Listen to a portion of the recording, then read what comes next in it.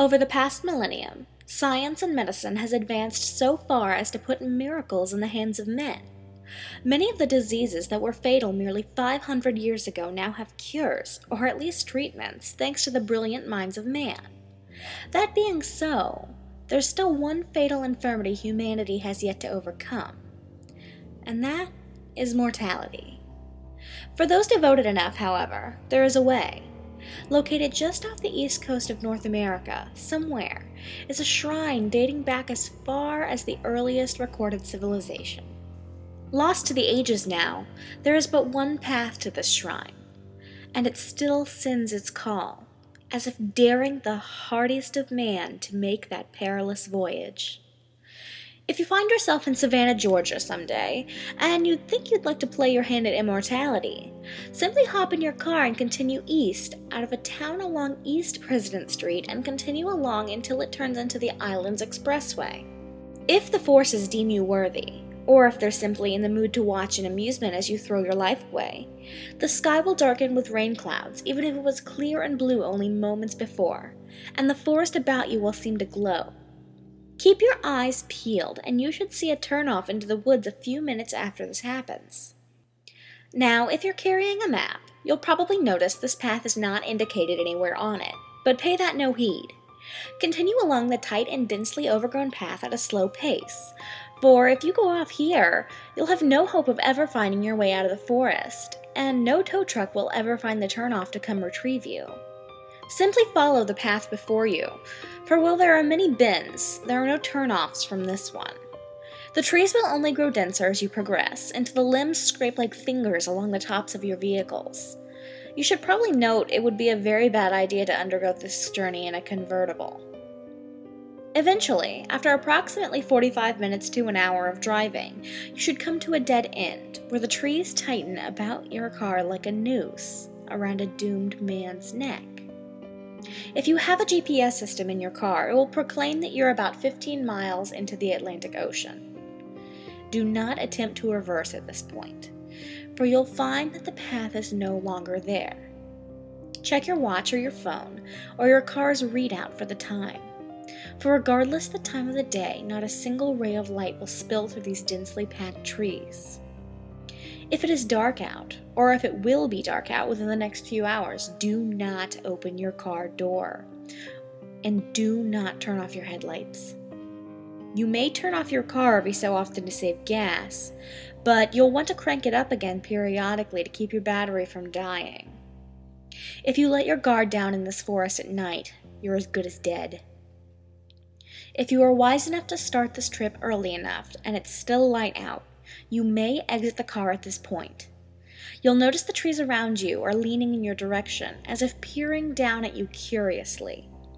In a loud, assertive voice proclaim, "I am here to claim my fate, and none here shall stand in my way." You'll hear a sound behind you. When you turn to look, you'll notice a small path that hadn't been there before. Do not hesitate. Do not question it.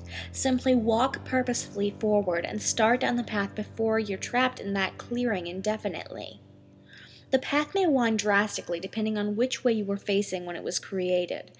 Simply continue walking and do not look back, no matter how loud the rustling gets behind you. You'll soon find yourself ankle-deep in a swamp, and you may find the sound of frogs croaking a soothing change from the forest's lively rustling. It would be most wise at this point to find the longest, thickest branch you can, for the marshes of Georgia can hide the nastiest creatures in only a foot of water, so you'll need to feel your way along like a blind man. Only about 10 yards from the forest line, the land drops off into the ocean, and unless the forces are feeling particularly cruel, you should be able to see the log poking up out of the water right away. If not, you'll need to search, and it may take a while, but once you're near it, there's no mistaking it. Walk until you feel the ground break away beneath you, then get into the water. When you're touching the log, you'll want to take in the largest lungful of breath you can manage, then dive under and swim to the bottom as quickly as you can. It will be a long swim, but do not turn around, even if you think you're about to faint. Swim as fast as you can and keep going down, keeping a hand on the log until you come out the other side. You'll resurface in a pond in the middle of the dark forest, much similar to the one you just exited. Only just at the edge of the pond will be an ancient building of indeterminable origin. Go inside. Fires will be lit, marking your path to the shrine of the keeper. A large statue, the likeness of the keeper, will stand at the far wall, and his feet will be in an empty bowl. Address the keeper in a loud, confident voice, saying, "I've come very far, and all I ask for is something to drink." His response will be a single, very personal question, and he will speak it directly into your mind, so listen carefully. When he has asked his question, do not take too long to answer, and answer only in the truth. Be very precise with your answer. He will know if you're trying to hide something. Once you have answered him completely, the bowl at his feet will fill with a strange liquid. This liquid will reflect the entire rainbow spectrum of color, and it will bear no scent. You must drink this liquid, or you will never leave the forest alive.